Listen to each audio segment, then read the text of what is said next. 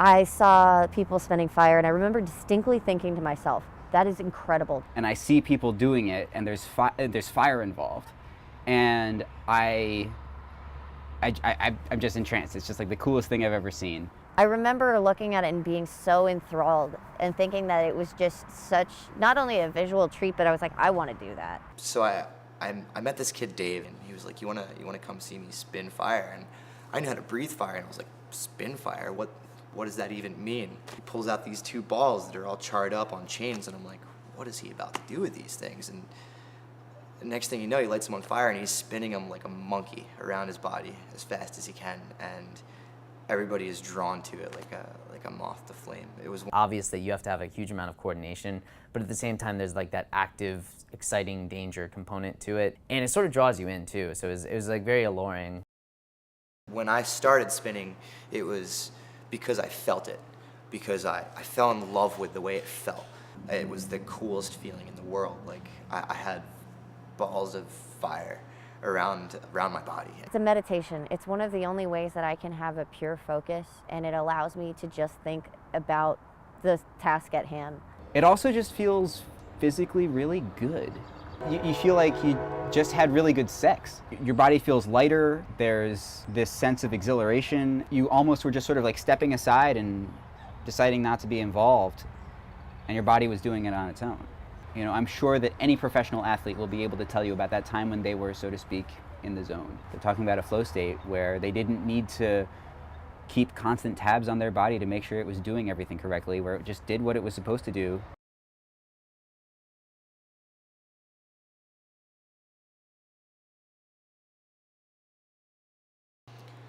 Poi has a really gray history, but I've found 3 different places where everybody seems to say they came. One of them was in Hawaii, one of them was with the Maori people of New Zealand, and the other one was in India.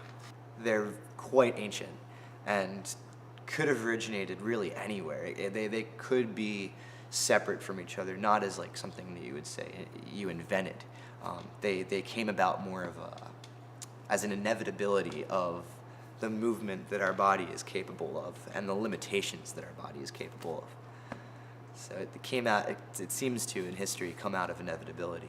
You can actually translate the word poi to rock on string or rock on a tether. You know, poi is only one of a wide variety of ways to move your body and manipulate an object and express yourself in movement. I think a lot of people start with poi because it's the most visible and because it's the most easily, you know, there's a lot of people out there who spin poi, so it's easier to find somebody to teach you how to spin poi. You know how you can tell a flow, or like a fire spinner? Look at their arms. No arm hair. No arm hair. And they always have a very interesting haircut. One time I spun too close to my face and I singed half my beard off. One of the few things where you could have a slight danger is with hair, just because of how flammable it is and how fast it could burn. As you're like swinging the poi around, they can hit you, but that is going to be such a glancing hit, and it's going to be over such a small amount of time. The chance of enough heat going to actually give you a significant burn is pretty unlikely. You probably would leave more dirt on your clothes than anything else.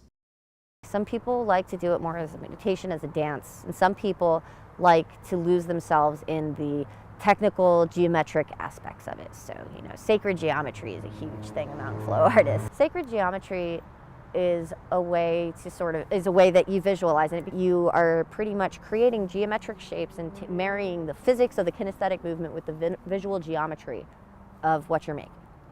So you make pictures.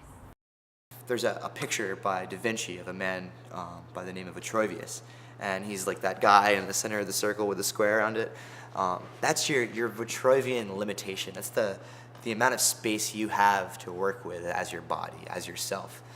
So the patterns that emerge when you're spinning poi are because of those limitations, the natural limitations that are inherent. The best spinners that you'll ever see are also complete nerds. If you delve into the discipline technically and you learn the vocabulary that underlies all of the movements, you'll be able to talk at length, trust me, about the specific little nuances each motion. The beginner vocabulary is about planes. And a beginner spinner is going to find out about wall plane, which is the plane that you present if you're facing, as if your poi were tracing patterns on a wall that you're looking at.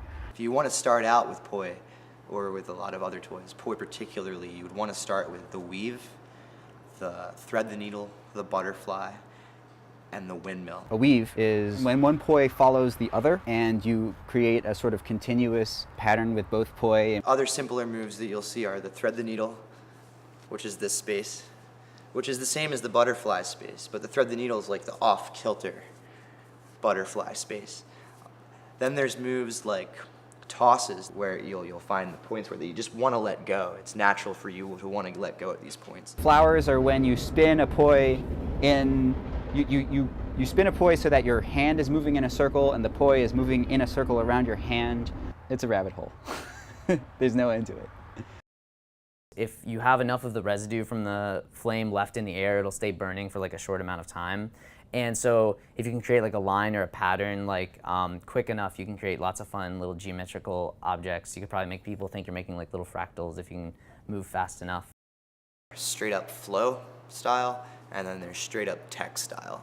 Everybody in general is a balance of those two things. People that generally consider themselves tech spinners that explore the patterns that emerge because of poi, and patterns just like in succession, and they look absolutely stunning when you see them. When they use the word flow to describe prop manipulation, they're talking about a state of mind in which you don't need to direct your movements in any particular fashion because the muscle memory that you've ingrained through your practice allows you to make these movements automatically and without thinking about it. Flow is that perfect state where you're being pulled along but simultaneously choosing to push what is happening. Flow is a state that you can find in anything, in walking down the street and just being happy with walking down the street. You're listening to what's going on. There's not really a thought in your head, and it's all just happening to you. It's become such a loaded word in the community because people have tried to use it for so many things. I've heard people talk about the distinction between technical spinning versus flow spinning. I don't really buy into that as a valid distinction personally. I mean, all too often it's a way for people to differentiate between people of high skill level who can spin technically and people of low skill level who, since they're not adding a whole lot of technically difficult flourishes to their spinning, you don't want to call them a technical spinner, so you call them a flow spinner instead. And it's difficult, I think, to find two people who spin in similar ways. There's always something that you can find in somebody spinning that makes them unique. A lot of people's styles are founded in martial arts. A lot of people will take whatever they did before they picked up a prop and do that with a prop. You'll find people who got into dancing as a discipline in their childhood, and they'll bring that to spinning poi. There's a sort of community aspect of flow arts for sure, because whenever I see somebody that is spinning, even if I don't know them, I'll always think of them as a friend. Other people that spin fire poi, it's like so easy to talk to or even just to be around. The flow community is really cool because it's so vast. There's so many types of people inside of it. I've met engineers and designers. I've met people that were poor and vagabonds. I've met people that were rich and spin. You get every walk of life. That's one of the things that makes it so beautiful, because then you can connect with someone that you wouldn't normally even talk to about the coolest things. We are all there for a common purpose, to be able to debut our art, show it to other people, inspire them, awe them, learn from them, wow them. Once you get into the flow art community, you're family with everybody that's in the flow art community. There's random misconceptions that pop up with flow arts, like, you see some glow sticks and you're like, oh, you're definitely a raver. But, I mean, that's not true at all. Not all ravers are flow artists, and not all flow artists are ravers. The ways that people benefit from flow arts are manifold, I think. Absolutely, as a form of meditation, as a form of release.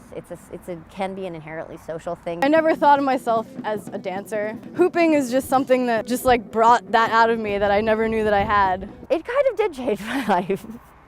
It did, in a way. It gave me a community that I felt comfortable with, where the thing that brought us together was something that is innocent, is productive, social, and there's nothing wrong with it. I've been so lucky to be involved with this community of flow artists. I thank these people every day of my life for being there. And I have found some of the best friends that I've ever had in my life there. And if I hadn't been exposed to this, I don't know exactly what I'd be like right now. There is every type of person in flow because everybody's meant for flow. If I wanted to convince somebody to start spitting poi, I would probably just give them a set of poi and try to teach them how to do something basic with it, and hope that the enthusiasm that comes from success carries them into the next step in their practice.